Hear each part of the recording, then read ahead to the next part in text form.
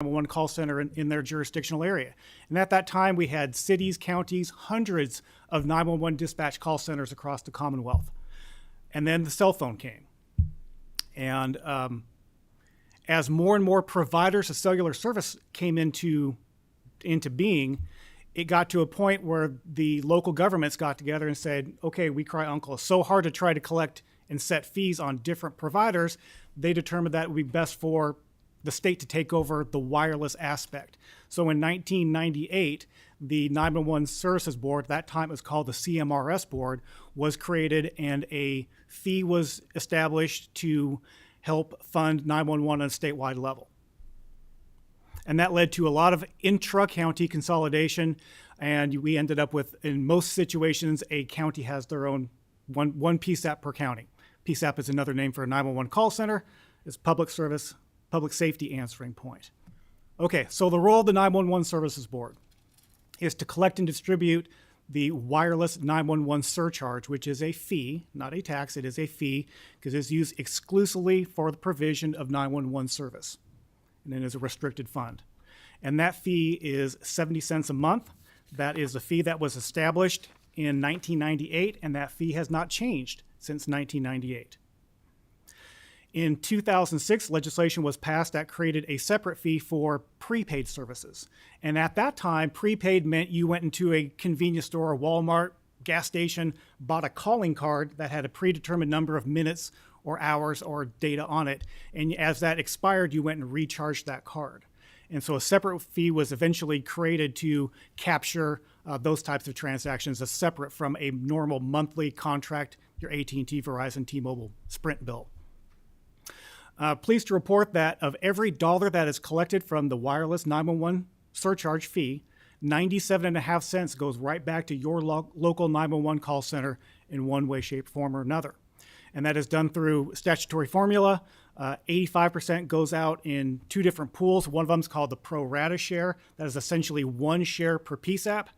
And that helps distribute the funds more equitably for smaller centers because the other pool comes out of what we call the call volume, and that is based on the number of wireless subscribers in the zip codes that is serviced by that 911 call center. So if it was just completely based on call volume, Lexington, Louisville, Northern Kentucky would take about 90% of all the fees in the state. So that pro rata helps even that out a bit. Then we have a competitive grant program, which over the years has pushed out anywhere from $2 to $3 million in grants to help 911 call centers get the equipment they need for this revolutionary technology we're about to talk about. And then there's 5% that goes into what we call our statewide Next Generation 911 Technology Fund. And then the last 2.5% goes into an administrative fund to run the 911 Services Board. So pretty efficient use of those dollars. So let's talk a little bit about our trends. Back in 2015, the board was collecting about $26.5 million a year. When we first had the impact of that prepaid, that new formula for collecting fees on prepaid, fees increased pretty radically. But within a 4-year period, it was up to $34 million a year. In the fiscal year that just closed out, we collected $36.5 million. Now, as you can imagine, however, while 911 fees for wireless devices have been going up at a pretty good clip, it's been a cataclysmic decline on the landline side. So the fees generated, so remember the state board only collects those wireless fees. For your landlines and your VoIP, the rate for those 911 fees is still set, collected, and spent, all at a local level. So we've got different mechanisms of collecting landline fees in a city and state level or city and county level. Some folks still are putting it on the landlines. Other folks have realized with that ever diminishing pool of landline accounts out there, they've tried to spread that base back out by putting it on a property tax assessment, a parcel fee, or a other utility. But it has been an effect where they're losing far more money at a local level than they're gaining with this wireless fees. So this is the current mix. We actually haven't got our full fiscal year 22. We're just surveying PSAPs on that now. But as of the end of last fiscal year, only 1/4 of the funding for the overall funding of 911 comes from the wireless fee. 41% comes from city and county general fund appropriations, and 34% is that local 911 fee component, which is now not just on landlines that spread apart to other venues, as we discussed. Cellular. So right now, about 80% of all calls to 911 across the state and the country come from a wireless device. So the next generation 911 is what we're here to talk about today. So what is next generation 911? It's one of those all-encompassing terms that means different things to different people depending on the audience you're talking to. For the public, that may mean the ability to send a text or a photo or even a video from the user, from the public, to your 911 call center. If you're in the mapping world, it means that calls are routed in a completely different way. So what many of you may not realize is that when a wireless call is made, it is routed to a 911 call center based on what cell tower that call hits. And as you can imagine, that is not the most exact, precise technology we have available to us today. When you consider that you can call an Uber and watch the car coming to you directly, this is really generally considered antiquated technology.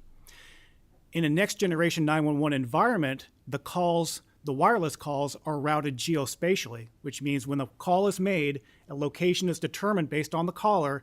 It is processed by a central brain that routes the call to the appropriate call center based on where that call was made. And that is a huge leap in technology for a state like Kentucky, which has 7 bordering states and 120 counties. As you can imagine, it is not uncommon at all for a call to be placed in one county, it to hit a cell tower on a border, and so it gets routed to not necessarily even just another county, but might go across the Ohio River and be answered by Cincinnati. And anytime a call is misrouted, that is a delay in the response to that emergency. So transfers take time. In the 911 world, time is not money, time is lives. So it's absolutely imperative that we get our calls dispatched as quickly and as efficiently as possible, and next generation 911 will be a huge step toward that end.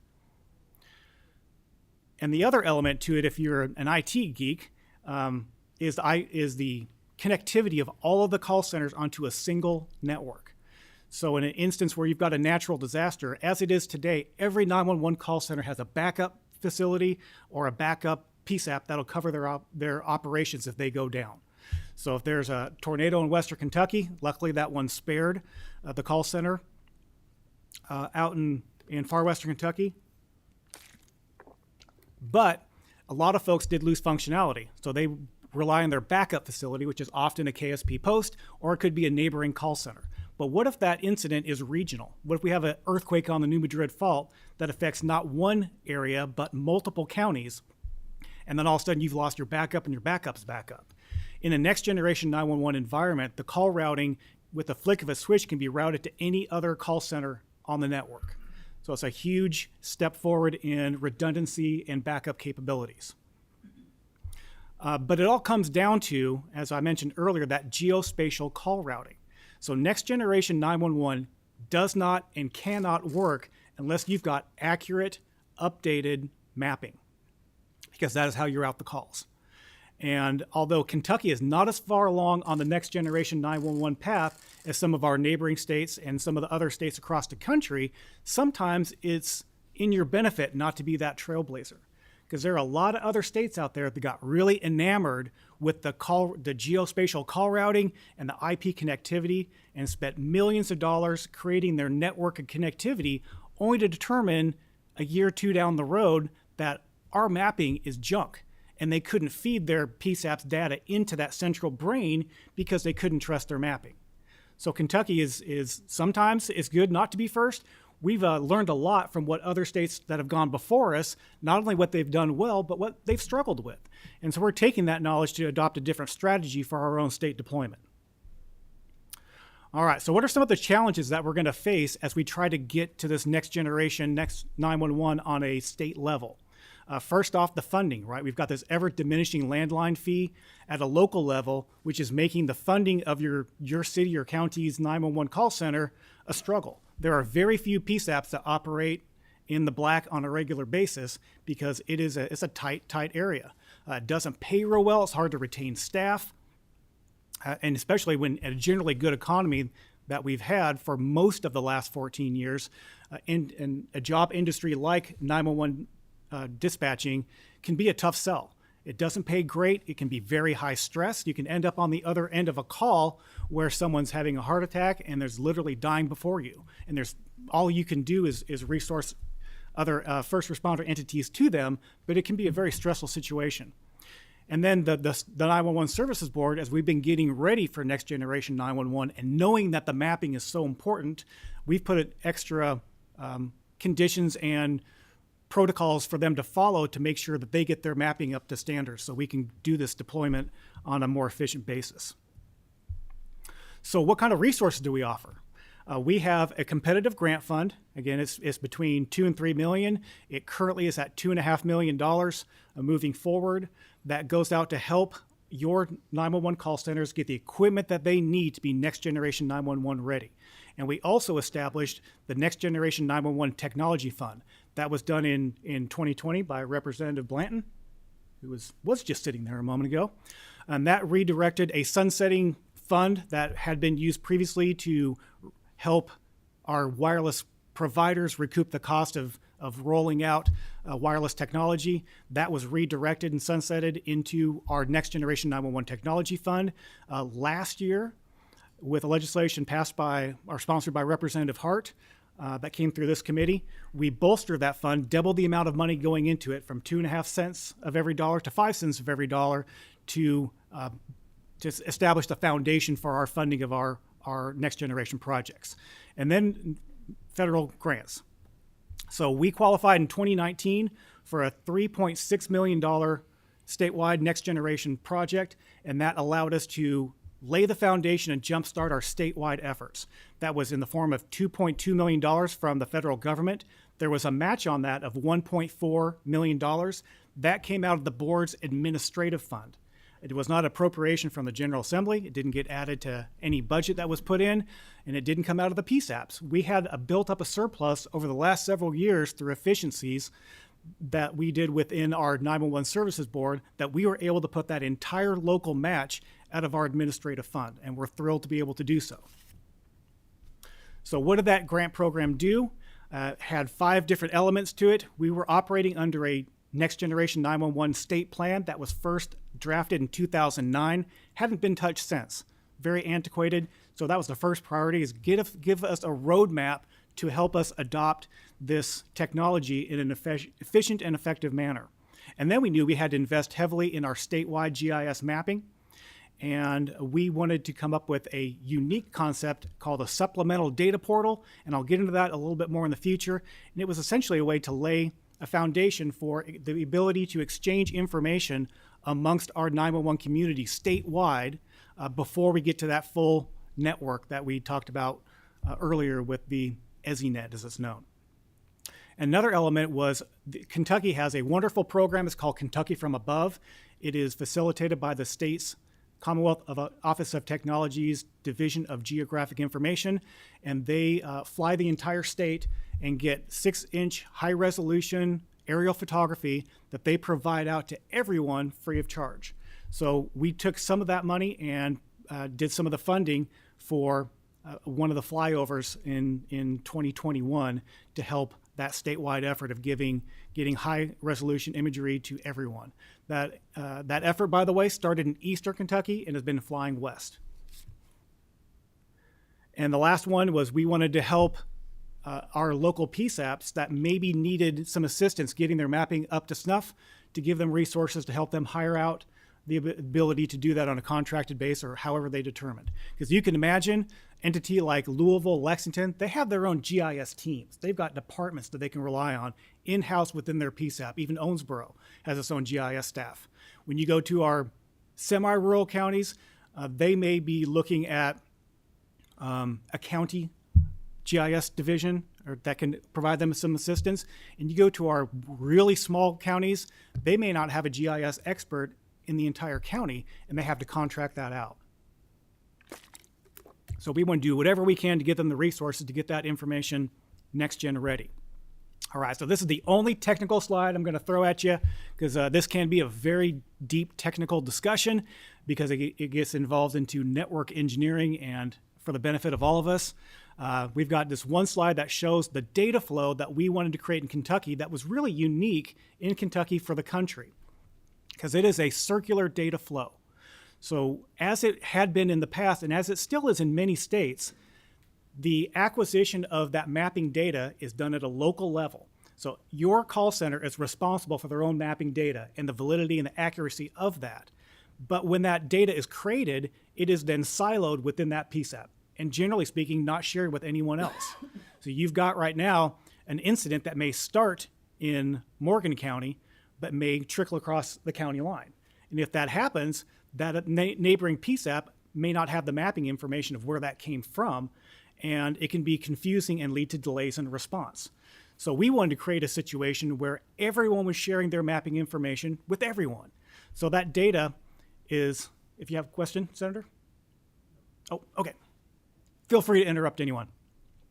So the goal was to get that information created but validated to make sure it's updated and accurate, and then shared. So every PSAP creates their own mapping data, and through this grant that we got a contract with a firm that does a QA/QC, checks that data and makes sure it's next generation 911 ready. Any errors that are generated go back to the PSAP for remediation, and once it is cleared and deemed to be next gen ready, it is put into a state GIS clearinghouse, and that is housed by COT's Division of Geographic Information. They take all that validated information, aggregate it together, and then make it available back to the PSAPs through what we call our supplemental data portal.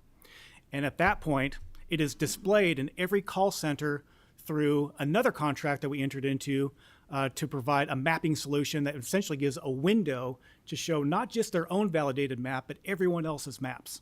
And so they're going to have access to, and not just the maps, but every other data layer that is housed within the Division of Geographic Information's clearinghouse, which includes some incredibly valuable data for our first responders, such as trailheads, boat docks, water and sewer lines, traffic cameras, if you've got those in your city or county jurisdiction. So they're going to have this incredible wealth of data flowing into them, with all the goal of reducing response time and helping ensure they've got the most accurate and appropriate response for any emergency incident. And by the time this project is finished, we're going to have more power through information at the hands of our 911 call centers than at any state in the country. So it's a pretty exciting project. All right, which feeds right into our accomplishments. In December of 2020, we updated our state 911 roadmap.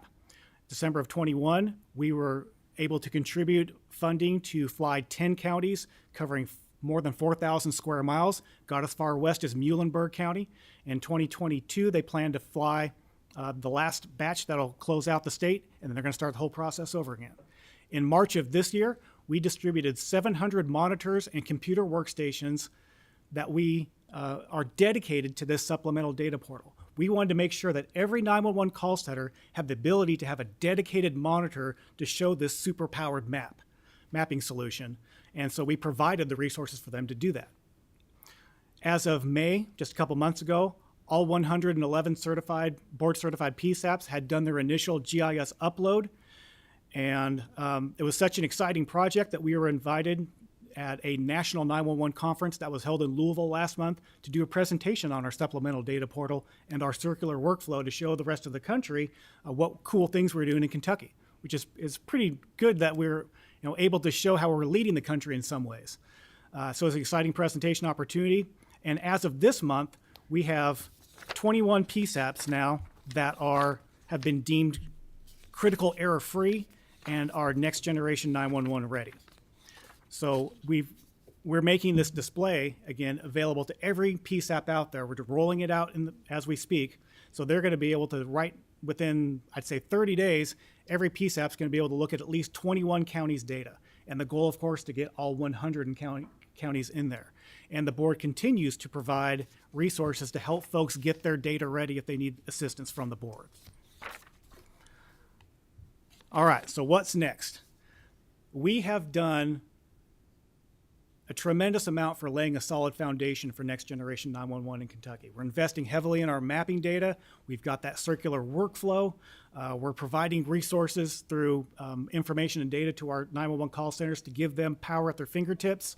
But what's next is that term we call that ESI net. That is that connected network that they'll be able to transfer call routing information across the entire network. And what is known as Next Generation 911 Core Services, that is that centralized brain that will do statewide call routing. So all wireless calls will come into a singular entity, and that processing center, which of course has redundancies and backups built into it in case there's any type of outage, will do that statewide geospatial call routing. So we'll have incredibly accurate call routing based on exactly where that call is made, and then it's sent to the right PSAP where they then dispatch the resources appropriately. So we are hopeful that there's another round of federal funding coming our way. Last year, there was at $1.10 billion that was being floated about as possible funding for Next Generation 911 on a national basis. That got whittled down to $500 million in the last round that was at the House.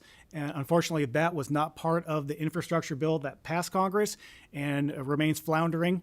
But we're still hopeful, and there's hope out there that this will get reintroduced in the coming Congress, and another round of federal funding will be coming our way. But keep in mind that federal grant funding is one-time money, and that is used for getting us started, right? So we got a lot of stuff kicked off with that last round of federal funding, and through the legislation passed by these general assemblies the last few years, sponsored by Representative Blanton, Representative Hart, Senator Higdon in the past has done legislation for us. We've got enough funding going into that Next Generation 911 Technology Fund to keep these foundational projects going in perpetuity. And that was my goal coming out of 2022, that when this federal grant ran out, which it did in March, that we would be able to sustain these projects moving forward. Because nothing could be worse for us than to build all this momentum and initiative only to pull the plug when the federal grant ran out. So we're in good shape that way. These foundational projects we can go with. However, these next two steps, that full network connectivity and the statewide call routing, geospatial call routing, is going to take additional funding. So what kind of opportunities and obstacles are we facing? So the board has maxed out our available funding for our foundational projects. I'm a big believer in not asking for more money to do the same thing, and I'm a big believer in doing all you can with the resources that you've been given. And I feel that the board has done a tremendous job of getting us a pretty darn good way along this path with the existing funding. However, as I said, we've gone as far as we can go and provided an ongoing resource mechanism for these foundational projects. But there's just not enough money in the system as it exists today to go that final step. All right, so what are we talking about? What's it going to cost to get us these last two steps? Another good thing about not being first in this is the cost has come down. The technology has developed over the last several years. There are some folks who've been at this for more than a decade, and they were laying out tens of millions of dollars to get their infrastructure set up for Next Generation 911. We're at a point now where a state the size of Kentucky, we're looking at about $6 to $7 million a year for these last two components. And another good thing about that is because this takes that call routing function and does it at a statewide level, many of you, your 911 call centers have equipment in your call center that does that call processing, and there's going to be some equipment that can be decommissioned essentially. There's some connectivity that can be dropped because of us going to a statewide Next Generation 911 system. So, and this is just a back of the napkin estimate, we believe that our locals will save up to $1 million a year in their existing funding. So that spread across 120 counties isn't a tremendous amount, but there is going to be some cost savings that will be achieved by the state taking on this burden should we get funding to do so. So what are the benefits for your locals? They're going to have far more accurate call routing, fewer call transfers, which is going to mean they can dispatch those first responder resources, fire, police, medical services, faster and more accurately, and that saves lives, which is the most important thing we do in this arena. So at that point, that concludes my presentation. I would be thrilled at the opportunity to answer any questions anyone might have of Kentucky's efforts along this path. Senator Higdon, please. Thank you, Mr. Chairman, and thank you all. Mike and Josh, I appreciate you all being here today. And I've been involved with 911 for several years. I was fortunate back when I served in the House to go to Wireless University, which was quite an experience, and got to know a lot about 911 and the needs of 911. And we've had a lot of issues, especially when I was in the House in my early days in the Senate. We had a lot of issues with 911. It was a constant problem with the shrinking of landlines and increasing in the number of cell phones that were in the market. But it was not a pleasant thing until it was moved to Homeland Security, and I've received very few calls anymore about 911 services. So I commend you all for your work you've done on that, and it's a great place, a great move that you all now administer that program. I will say that I do appreciate both of you. I appreciate your work, your dedication, and most of all, your accessibility, because if we have problems, we have issues, you're always there to answer our questions. And I can't thank you enough for that, and I appreciate it. And you're right, we're building a very good system here in Kentucky, and I appreciate that because it is important. It is important. You don't really appreciate it till you need it, and you expect it to be there and get to the right place. And thank you for making that happen. I do have one question and all that. And it's exciting to hear that Next Gen is we've been talking about that for a long, long time. Not quite a generation, but a long time. So I see down the road that in the foreseeable future that's going to come into play. But one of the things in 5G is as it becomes more and more accessible. We have that issue with 5G in the vicinity of airports, and there's some pushback there. Does that in any way affect these 911 systems that were Next Gen that we're talking about putting into place? Not to my knowledge, sir. I'm going to turn it back and look at my technical consultant back. All good with 5G. Okay. Thank you very much. Thank you, sir. Yes, sir. Representative Wheatley.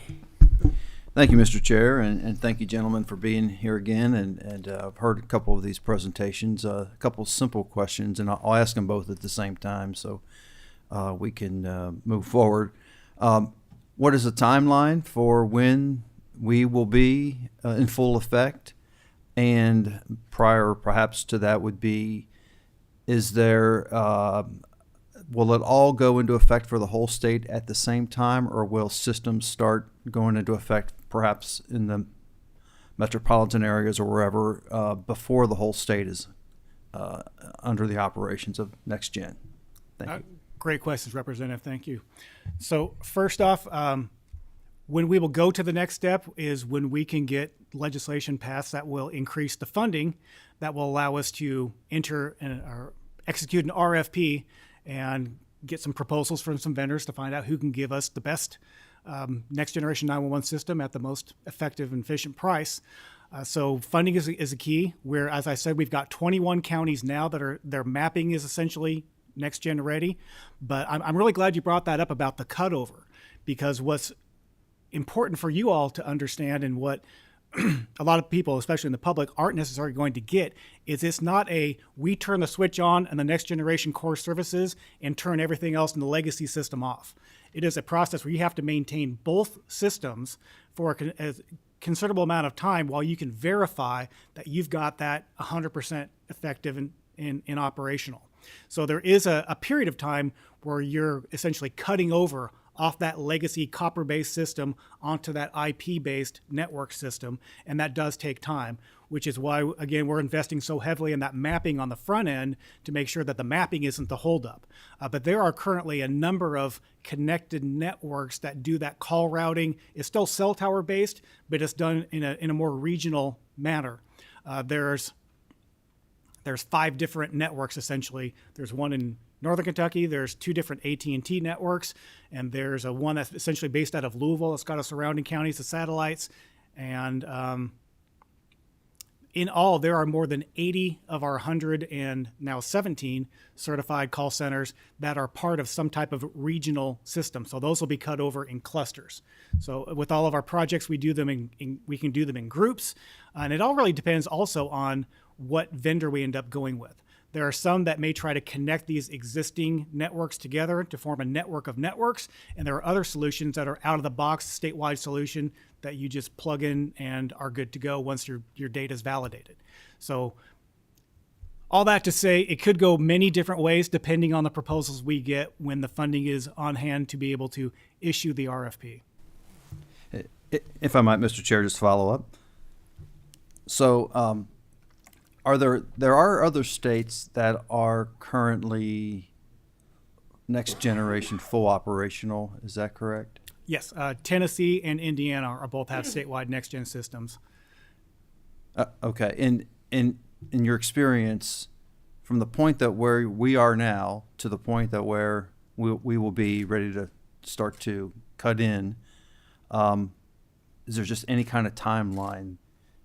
You know, imagining that the funding does appear that needs to appear, is there any kind of timeline that we're looking at? And for instance, if it is one of the regional areas you talked about or the whole state, when might something really start to happen? Sure.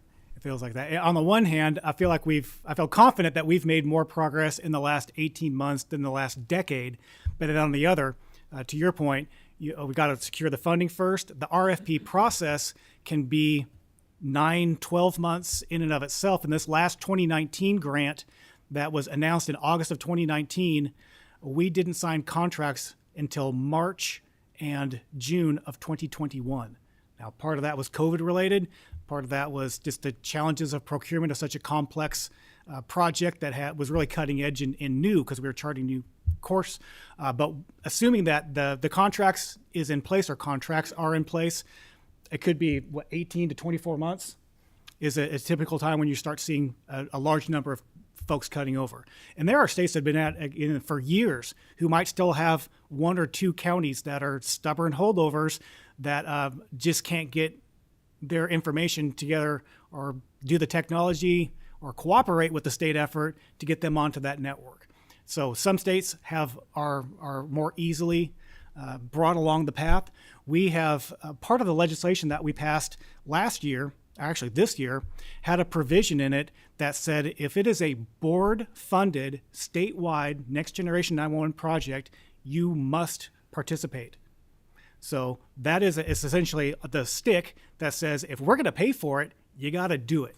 And that, we worked with our 911 staff associations to come up with language that they all agreed upon, because we're not going to tell them exactly what type of equipment they have to have. But when it comes to the centralized statewide or part of components of it, you got to play ball with us so we can all be along this path together. Because the last thing we want to do is offer one level of service to one part of the state and have people that are on an antiquated service. All right. Thank you all for being here. Certainly. Senator Higdon. Thank you, Mr. Chairman, for allowing me to follow up. I guess I came up with another question, and as we talk about money and a funding mechanism for next gen, is there one-time money? How much one-time money would it take to fund this project if you were looking for one-time money? So the one-time money would be to help maintain those dual systems, right, until we cut people over to the full system. I would 6 million. So that's 6 million, the one-time money. But then because it's all going to be essentially subscription based moving forward, a lot of it's technology, there will be that ongoing $6 million a year well. So we may have initial 6 million to get started, but then there will be 6 million, 6 to 7, depending on how the bids come in. So we will need a ongoing funding stream. And again, the 70 cents was the same fee that was implemented in 1998, a whole millennia ago. So, I know a lot of folks have signed no new tax pledges, and I will reiterate that this is a surcharge or fee. It is actually, we've got litigation going from a refund claim from a provider from 2003 to 2005. They're trying to get some refunded fees from talk about a generation ago.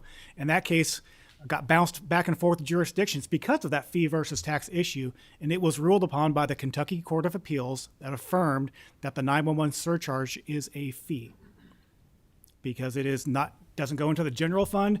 It is a restricted fund that is strictly to be used for the provision of 911 service. Just out of curiosity, do you have an amount that would need to be added to the 70 cents to pay for $6 million a year? So of the mix currently, of the $35 million that was brought in by the board in fiscal year 22, $25 million came in from postpaid, those monthly rates, which is under the 70 cents. $10 million came in under the prepaid, which is at 93 cents. And the reason that the prepaid is at a higher amount, the 93 cents per transaction versus 70 cents a month. At the time the General Assembly enacted this in 2016, again, those prepaid was typically calling cards, and they established through their analysis that people don't recharge those cards necessarily every month. They're doing it more like 10 times a year. So the 10 times a year at 93 cents is essentially what the 70 cents a month is. Like, I got the math off by one. 9 times a year, 93 cents is the same as 12 months a year at 70 cents. So to your point, sir, so based on that 25 million, 70 cents a month currently funds that. We're looking at probably 85 to 90 cents, which would put it really in line with what the prepaid fee is. That's total, not additional. Total, correct. That's a little easier to grasp than additional. So thank you very much for that. Information is good. Thank you. Thank you for that. All right. Appreciate you all. And of course, we'll be talking with our fine friends over in the Appropriations and Revenue Committee on this subject as well, because we know that any change in that fee will have to go through them. Thank you very much for your presentation. Representative Bratcher has a guest he would like to recognize. Yes, Mr. Chairman, I have a family member, Steve Bratcher. Stand up, Steve. He's crazy enough to want to join us down here. So, and he's with the future senator, unopposed all the way, Matt Deneen there next to him. So, thank you guys for being here. Okay. Would those that are dealing with the item on the agenda dealing with school safety come forward?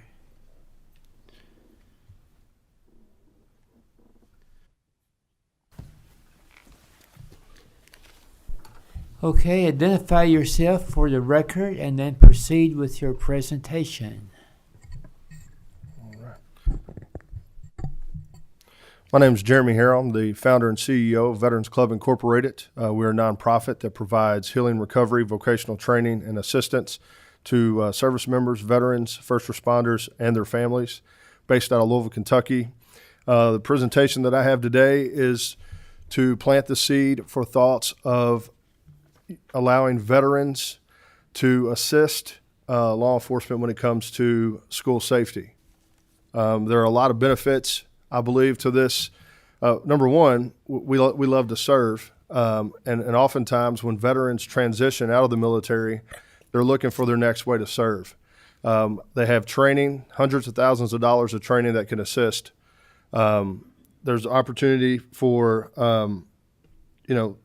veterans to be mentors to the students, to assist the staff at schools. For example, JCPS just released a story that over 100 of their teachers and staff will be resigning. That's going to leave a big hole in the public school system there. I think veterans could fill in and assist whenever appropriate, but also reinstitute, I should say, patriotism amongst our youth, and to show youth in our school system that being a service member is attainable, that we're not invincible, just like our friends in law enforcement. We are normal people who just decide to do something bigger than ourselves. We're going to need these next generation leaders to carry the torch. Additionally, I think with veterans being at schools, I think that would be a deterrent for some of these instances that we see, just because it becomes more of a hard target. Right now, schools are soft targets. It's the path of least resistance. And I think, having someone with the amount of training that we receive in the military, along with our partners in law enforcement, could prevent someone from coming and wanting to do that. Generally, the people who carry out these heinous acts are cowards, and they don't do it because they want to fight. They do it because it's attention seeking and mental health struggles, and because it's easy. And we need to stop doing that, right? Because what we've done so far hasn't been effective. When you look at Uvalde, it paints a grim picture of how easy it was for that shooter to get into the school. We can do this without making it look like Fort Knox. We can do this with making sure that only certain individuals can access our schools, that doors are locked, and we're not propping doors open, and that we're following all protocol to make sure that those who are in the school need to be in the school. I know that House Bill 63 from Representative Bratcher, states that every school should have a SRO. That's 1,477 schools in the state of Kentucky. That puts a lot of strain on departments, especially where we're based out of, Louisville. They're losing officers. This would be an opportunity to help in that regard. I just really believe that there, as much feedback as I've received, and we serve thousands of veterans in Kentucky and beyond, and we talk about this nationally, have called in and wanted to see how they can help. They want to be a part of it. In fact, many of them want to just do it as a volunteer. Now, I know there are some, there will definitely need to be some qualifications, some additional training. There will need to be, there will need to be some background checks, some mental health evaluations. I want to make sure that I'm clear that there will have to be these processes in place, that not every service member, veteran will be qualified to carry this out. But I do think that out of the 257,000 veterans we have in Kentucky, there are opportunities there to support our brothers in blue and sisters in blue by making sure that our children are safe. I have 4 children myself. 3 of them are in school. One's going to college at UK in the fall. One's in high school, and one's in middle school. And what they really need to be concerned with, in my opinion, is whether or not they can pass a quiz, not whether or not they get to come home at the end of the day. That is not conducive to learning. That's not an environment that they will thrive in. And I know that our law enforcement friends do a tremendous job and are dedicated to the mission of protecting the folks in the schools. And we just want to come alongside of them in any way that we can be helpful to make sure that we really do have those protections here in Kentucky, especially. Veterans are trained, right, in highly stressful situations. Many have combat experience. We have been trained consistently in the same weapon systems that's often used in these shootings. We know the limitations. We know the capabilities. We know how to, because we do urban assault training, we know how to mitigate some of these occurrences before they even happen. So I just wanted to take the opportunity to plant the seed. I understand that there will need to be further conversation. Obviously, there are certain laws that are in place that we'd have to look at, but I do want to plant the seed, and mainly I want our friends in law enforcement out there who are doing this every day to know that they do have another group of individuals who are protectors, who want to come alongside and help any way possible. So I just wanted to take an opportunity. I appreciate the invite. Chairman Emery and Chairman Thomas, thank you, and members of the committee for allowing me to come today to talk more about this. And again, this is just the first step, the first conversation. I know that there will have to be many, but I do think there's added benefit for transitioning military service members and even retired law enforcement to create a program where they can come alongside the Department of Education to make sure that our kids are safe and our teachers are safe and staff are safe alongside of our friends in law enforcement. So thank you for this opportunity to talk about that. And once these gentlemen finish to my right, if you have any questions, I'd be happy to answer those. Thank you. Representative McCoo. Thank you, Mr. Chair. Thank you for your presentation. And I too am a veteran and Marine, and appreciate the willingness that you're talking about. I do want to proceed with caution though, because there is a difference, and there's a difference even within the military branches on what type of training, even very specific with your military occupation specialty. If you're an MP, then certainly you're more in line for this. Not that it's a bad idea, but there's a lot more detail that needs to be brought forth. And two, as I understand it, and certainly correct me if I'm wrong, SROs are POP certified. Yes. And in doing that, there is, as you know, certain training that they would need to go through. Yes. And not that I'm opposed to that, I think they need to have that. They all need to be equally on the same level. So I just wanted, have you had any thoughts about how you would work through that, or that's still in a planning process about becoming POP certified? Yeah, I mean, that's definitely a necessity to be trained properly to do this job. The last thing we'd want to do is to create something that would cause more harm than good. And you're right, not every military occupational specialty will have the right amount of training and experience. Specifically, military police is what was first in my mind. There are some other MOSs as well, but definitely all necessary training. I realize that there's an additional 120 hours of training to be an SRO. Even when you are POP certified and a law enforcement officer, I think all that would have to be done as well. I just believe that there's an opportunity here to utilize the hundreds and thousands of dollars that folks in the military have been trained to protect the people that we hold dear, our future leaders, the people that are going to sit in your seats in years to come. It's our duty to continue to be responsible in that way, to make sure that they're able to do that, but they're able to do it and thrive in an environment where they can learn how to do these things without worrying about the safety. And I'm only 41 years old, but I remember being a child, and school was one of the safest places I could be. Oftentimes, it's safer than the homes that these children live in. And so we want to continue that. We want to make sure that it is a safe place. And that they can, without concern, learn and thrive as they become adults. Thank you, Mr. Chairman. I think we just need to proceed cautiously and make sure that we have all the groundwork taken care of. And thank you for bringing forth this opportunity. Thank you, Mr. Chair. Representative Wesley. Thank you, Mr. Chairman. I appreciate your service, and I just had a question. Have you talked to the DLCJT about any additional training that we could possibly do or bring on board with, say, veterans that are going to be volunteers, but that they would be able to offer some kind of training through their program? Have you discussed that with any of them? Yeah, so that is the next step, is to get in contact with the folks there to see if there's a way that we can do this where they can be certified volunteers. I mean, ultimately, I would love for veterans to transition into law enforcement. I think that would be a great transition, but not everyone will want to do that in the capacity that for an everyday job or a career, so to speak. But yes, my next, this was the first step, right? Getting in front of you all to just kind of plant the seed.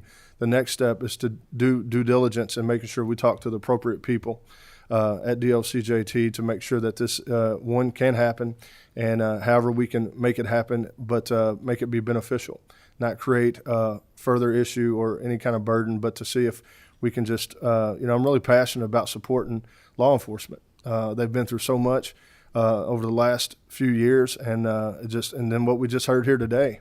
There are some vets out there like me. I would do it for nothing if I had the opportunity. My oath never expires.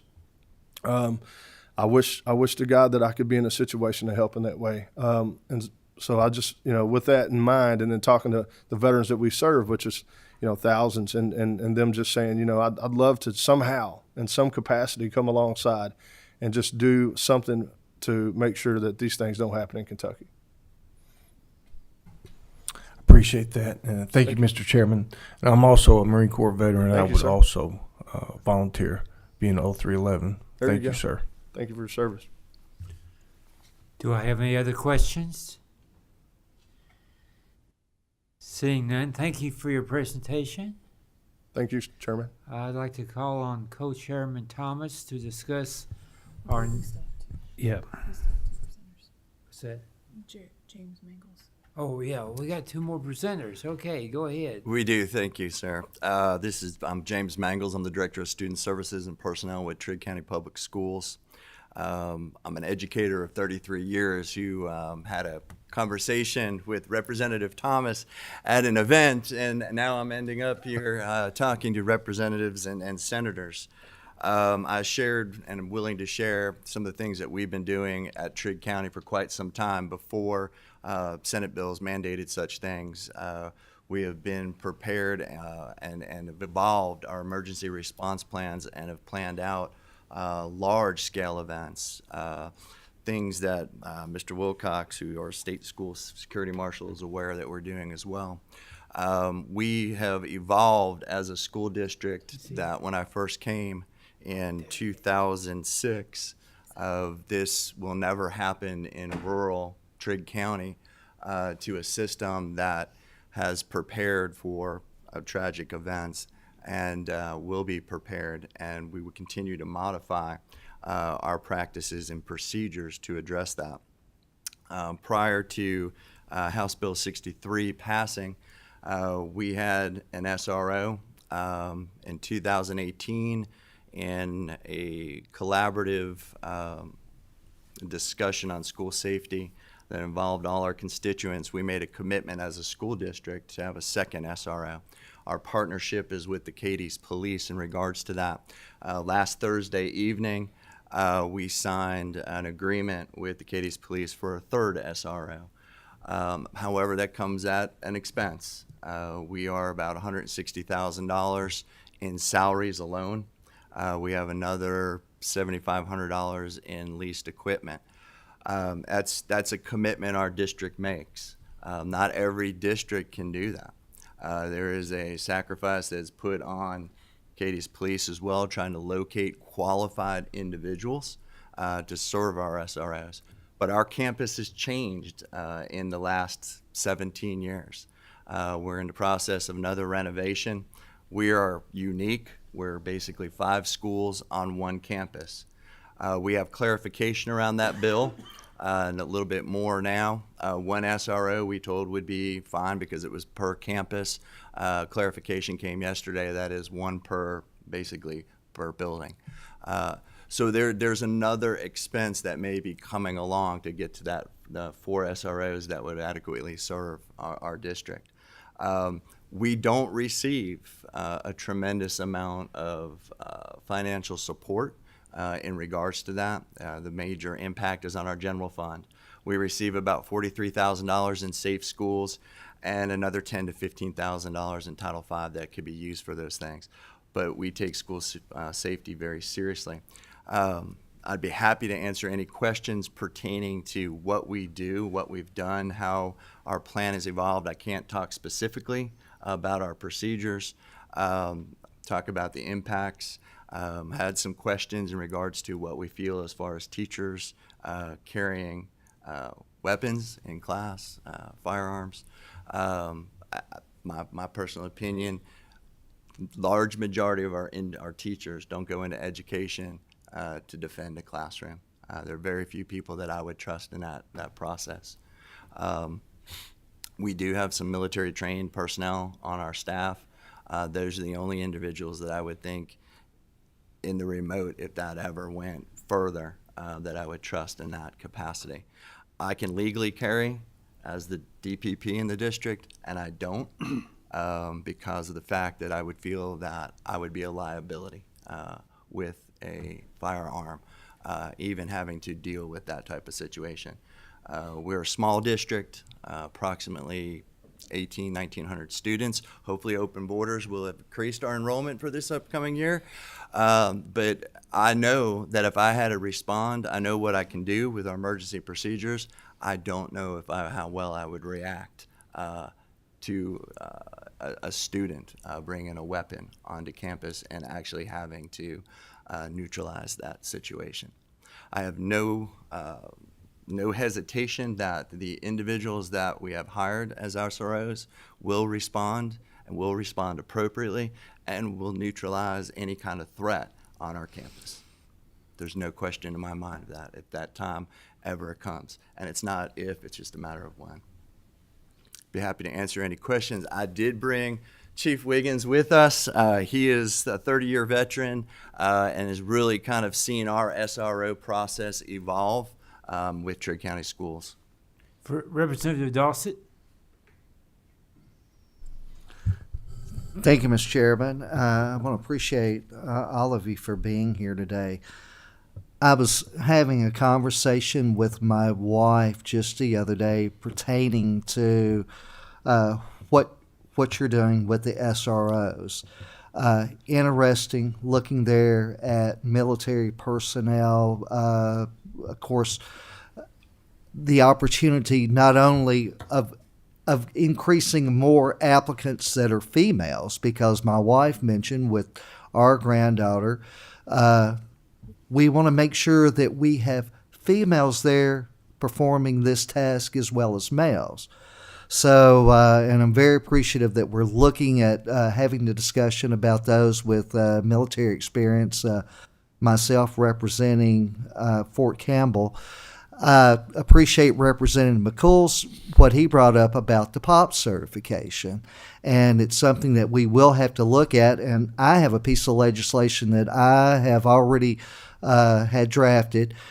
When we look at our retired police officers that were hired before 1998, right now, currently, if they retire, they have 100 days before they can go back into another position. They have to wait 90 days before they could start the process. And I had a sheriff's deputy there in Christian County who had retired. 90 days came and he had an opportunity for a position, and they could not complete his paperwork within the 100-day span. They could not complete the paperwork here in Frankfort in that 10 days. So I am going to expand that 100-day period to 360 days, 65 days, because we cannot take a chance of losing these experienced individuals that are POP certified, knowing that we need to have these SROs in our schools. So as what was mentioned earlier, we want our children not to have to worry about that situation, about whether they're going to make it home, come home that evening. They are innocent, and I want them to stay innocent as long as possible. But once again, I want to thank you for all being here, and look forward to communicating more on this as we move forward. Thank you. Representative Blanton. Thank you, Mr. Chairman, and thank you all, gentlemen, for being here and your presentation. Just a quick question. I think I know the answer to this, but a lot of the naysayers about SROs being in schools, and there are some out there, they're generally not the most supportive of our law enforcement to begin with. How is the response from your students to your SROs in your school system? So I'm going to tell you, we have two fantastic SROs. They are very diverse, but they're loved by students. I literally, this summer we had summer school. I watched, they were out there helping us unload students. I watched kids come up and literally jump in our officers' arms, high-fiving. We see it all the time. But they have a personality to engage those kids, and that's what I expect. When I sit down, after Chief Wiggins makes a hire, I go through some expectations. I want our SROs in classrooms. I want them developing relationships with kids. That is so critical. We had a situation in 2010. If it was not for a positive relationship that a student had developed with our staff, including our SROs, we could have had a very serious incident. We had a student that brought a gun. They were discussing a plan. The weapon transferred on a bus. Students oversaw that and reported it because of a relationship that was developed with that kid. If you can't develop relationships with kids, you don't need to be an SRO. I mean, bottom line. It is a critical component. We always say, when you see something, say something. If that relationship doesn't exist, that's not going to happen. Thank you. I figured that would be your response, but I wanted to go on record because they are those that, oh, we don't need, law enforcement in our schools. It will scare our children. One of the worst things that parents do to their children when it comes to relationship with law enforcement, and I experienced this my whole career. Oh, you better watch out. You better do this or you better do that or he'll put you in jail. And parents, and I know they do it innocently sometimes, but they're scaring children when law enforcement should be the people they lean on and go to when something is going wrong. I knew that would be your answer, but like I said, I wanted it to go on record. Thank you. You're welcome, sir. Chief Duncan Wiggins, would you proceed with your presentation? Yes, sir. Thank you. I'm Duncan Wiggins. I'm the Chief of Police in Cadiz, Kentucky. After 4 years in the military as a combat engineer, I became a police officer in Guthrie, Kentucky in 1992. I stayed in Guthrie, Kentucky for 2 years, and then I moved to Cadiz that spring of 1994. I'm going to shoot forward to 1999. We had already we were just a small town police department of 6 people or so when I started there. We slowly, through some of the COPS grants, built our force up to about 7, and then 1999 rolled around, and in that April, the Columbine Massacre occurred. Now, remember the history of police. We before that time, we were taught to set up perimeter, call for specialty units, and the question that I had to the chief of police at that time was, what do we do? And the chief, who was at that time Hollis Alexander, who's now Trigg County's judge executive, looked at me and said, I don't know, but we better figure it out. And so we started looking into, first we wanted to know where our nearest SWAT team was, and we had about a 30-minute wait minimum, up to about 3.5 hours before a SWAT team could get to us. We decided at that point that we'd better start looking for training options for the officers so that we could start handling these things on our own. And in 2000, some of us went to what's called QUAD, or Quick Action Deployment Training, through a private company involving retired and current SWAT members of other agencies. Soon after that, we started looking into other options as well, and then we started looking into actually teaching the active shooter concept in about 2001. So we were kind of I wouldn't say we were the first doing it, but I would say we were the first small town that was looking into this concept because it was brand new at the time. And the idea of going in on an armed intruder in a school was pretty foreign to us.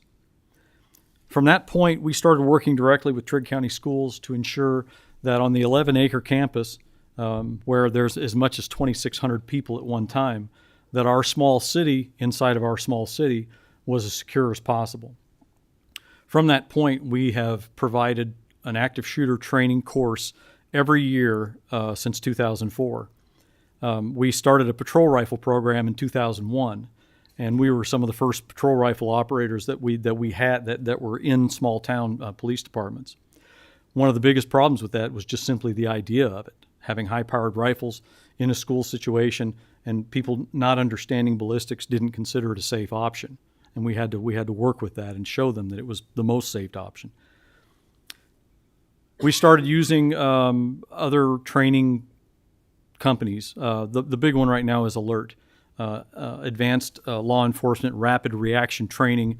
They're based out of Texas, and now they have become the federal standard for active shooter training.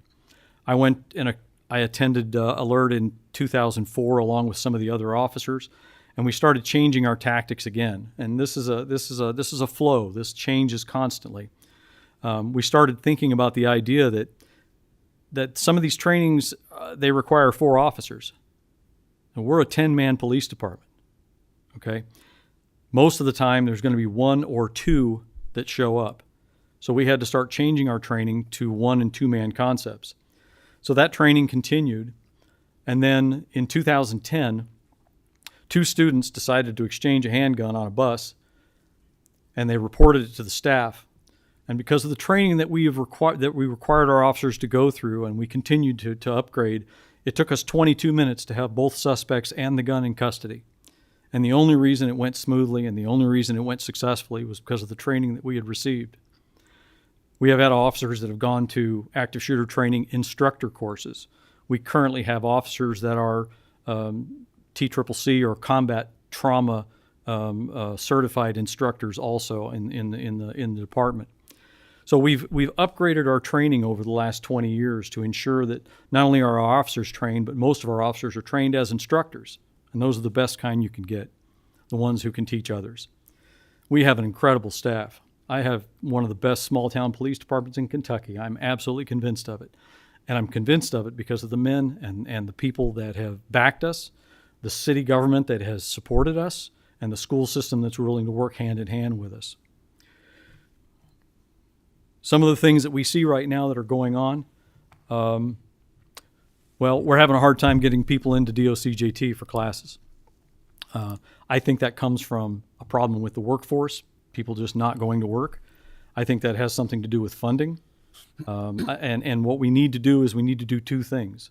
We need to see funding for these kind of programs to where we can ensure, Trigg County's the lucky ones. We're the blessed ones. But there are other agencies in other counties that don't have the resources that we have. And that's why when we do a training, we offer it to all surrounding counties. They don't always take up on it because some of those agencies are 5-person agencies with 3 people working, and someone has to cover the street. So they don't have the ability to actually send their people to our training. And this is just real life. This is just the way it is in small town Kentucky, which makes up over 70% of the law enforcement agencies in this state, 10 men and less. So we have to remember, funding is a problem. Training is a problem. We need to focus our attention on those two aspects of it, because without the funding, it's going to be impossible to train the officers, and without the people who can do the training doesn't happen. I know officers in this state, and it's not to any fault of their own, that have never been to the shooting range since they got out of the academy. That's unacceptable. That needs to be changed. There are people at the top that need to make sure that that happens. And I hope that our ability to come here and talk with you a little bit about this opens the eyes of some people that are at the top that can make the changes that need to be made. DOCJT does a great job. I have to say, honestly, that most of the things that I've learned about both being a street cop and being a leader in a police department came from their staff. And I have to say, honestly, I know they're capable of doing it, but I haven't been able to get anyone trained in active shooter instructor in a very long time, because the class either is offered once or twice a year, and most of the time it's filled up. You can't get a person in.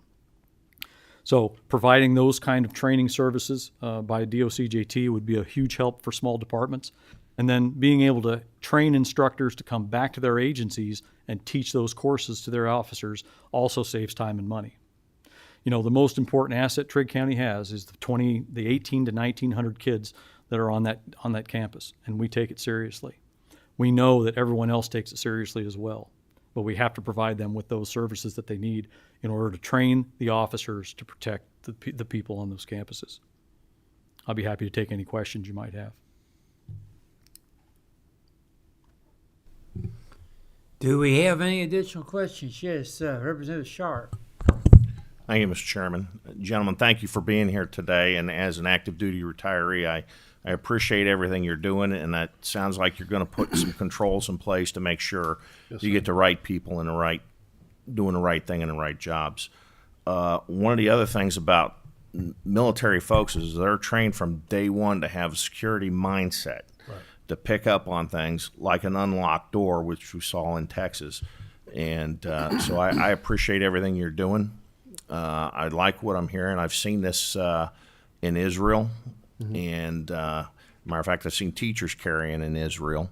And again, it's not for everyone. It's got to be the right person wanting to do the right thing with the right training, the right skill sets. So I just want to thank you.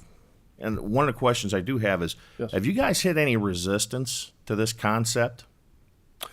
The only resistance that I've heard so far is that folks were concerned about veterans with PTSD, right? There's this misconception that every veteran walking around has PTSD, when really it only affects between 20 and 30% of all veterans. But in reality, there's 8 million people every year that develop some form of PTSD, because we don't have a monopoly over trauma. Everybody goes through trauma. But once we broke down those barriers and educated folks, which it's all is about educating people, they start to recognize that, you know what, there's officers in departments across the state of Kentucky that probably have some issues with trauma. I mean, we just met some this morning. That's the nature of the job, unfortunately. But yeah, so that's the only really kind of negative feedback I've received. Most people are very when you just heard the story here of less than 10 people on 70% of the apartments, and SWAT not being able to get there for 3 hours, things like that. Definitely need to be in control. And me and the chief talked prior to this about that, and I agree there has to be some control, some qualifications, some training. But I know that there can be an opportunity here for veterans to continue to serve, which they want to do every single day, but also to bring new perspectives. One of the things we also learn in the military is preventive measures. We want to prevent this from happening. My hope would be that no one would ever have to do this in Kentucky. But the fact of the matter is we need to be ready for it if it does come. And so, the other misconception is that veterans have this kind of reckless mindset of just wanting to, do violence. That's really not the truth. In fact, we want to prevent it. We signed up to make sure that these things don't happen in our country, but also in our state and towns that we live in. So I just think there's some synergy there that we could work through to make this a reality. Anything I can do to help. Thank you. Thank you so much. Thank you, Mr. Chair. Thank you, gentlemen. Turn it to me. Okay, it looks like that has covered it.